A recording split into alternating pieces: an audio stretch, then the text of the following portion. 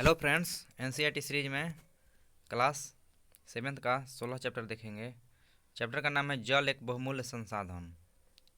पहला पॉइंट है, प्रतिवर्ष 22 मार्च का दिन विश्व जल दिवस के रूप में मनाया जाता है। दूसरा पॉइंट है, पेयजल, धुलाई, खाना पकाने और उचित सफाई बनाए रखने के लिए संयुक्त राष्ट्र द्वारा प्रत्येक व्यक्ति के लिए सुझाई गई जल की न्यूनतम मात्रा 50 लीटर प्रति व्यक्ति है। अंतरिक्ष से पृथ्वी नीली आभा लिए दिखाई देती है। पृथ्वी की सतह का लगभग 71% भाग जल से ढका है।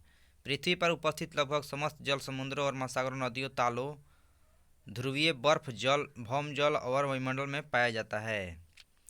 उपयोग के लिए उपयुक्त जल आवरण जल है जिसे बोलचाल की भाषा में ताज़ा जल कहते हैं।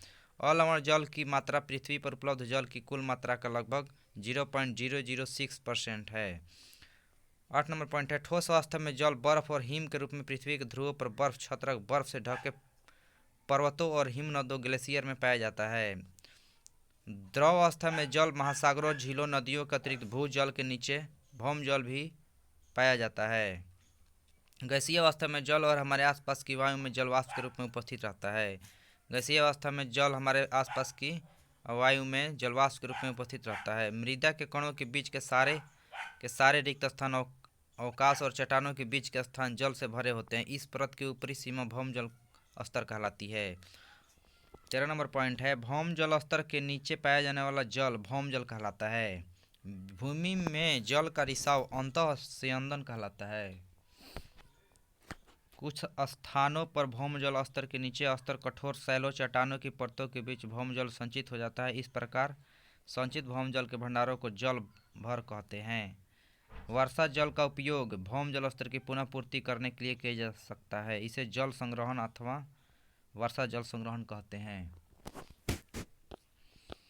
चैप्टर 18 है, पहला पॉइंट, 22 मार्च 2005 को संयुक्त राष्ट्र की जनरल असेंबली ने 2005-2015 की अवधि को जीवन के लिए जल पर कार्य करने के लिए अंतर्राष्ट्रीय दशक के रूप में घोषित किया है।